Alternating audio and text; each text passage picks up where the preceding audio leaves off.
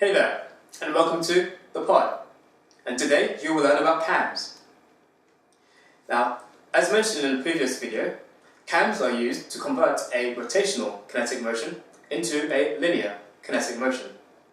And when we have multiple cams, and they are formed in a row, one behind the other, they are formed on a camshaft.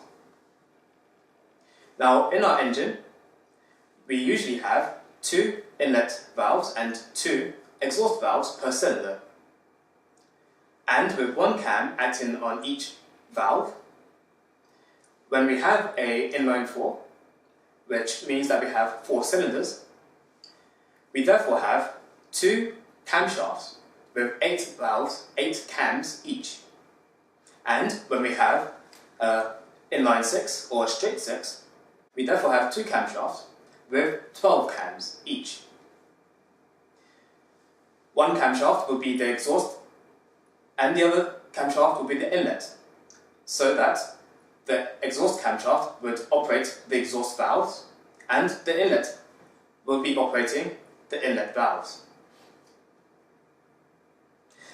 The camshafts are rotated by a chain or belt known as a timing belt, and it is connected to the engine's crankshaft. So, beside me, I have drawn our cam here, and it kind of looks like a Google Map icon. However, up here we have our base curve, and we have our opening flank, and down here we have our lobe, our cam lobe, and here we have our closing flank. Now the cam rotates about this central point here, and on here I've put our direction of rotation, and I've made it anti-clockwise at the moment. However, if we were to change the direction to clockwise, it would mean that this would become our closing flank, and this side would become our opening flank.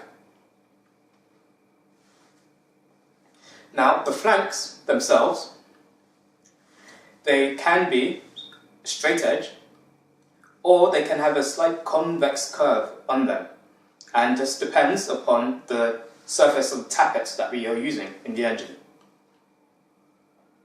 Now, if you can imagine the lobe being up here, and our cam rotating anti-clockwise, we can just freeze it for a moment, and the lobe is up here, and our tappet is sitting here, touching the cam.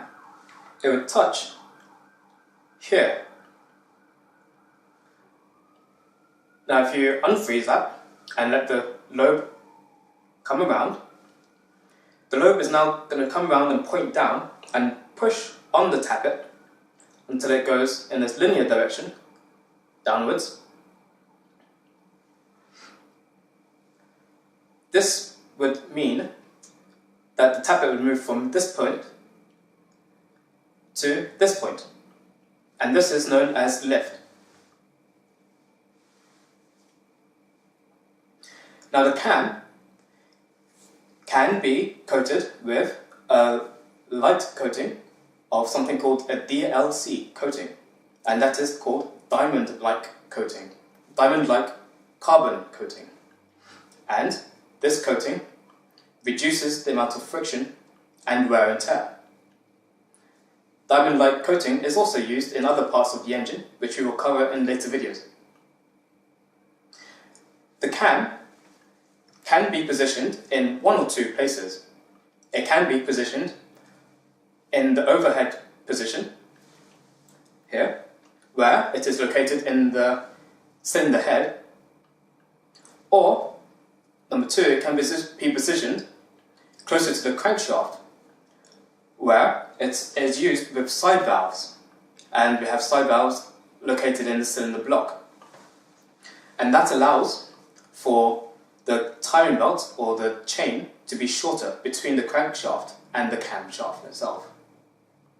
So that's all I have for you today, and I hope that you enjoy your day. So until next time, have fun.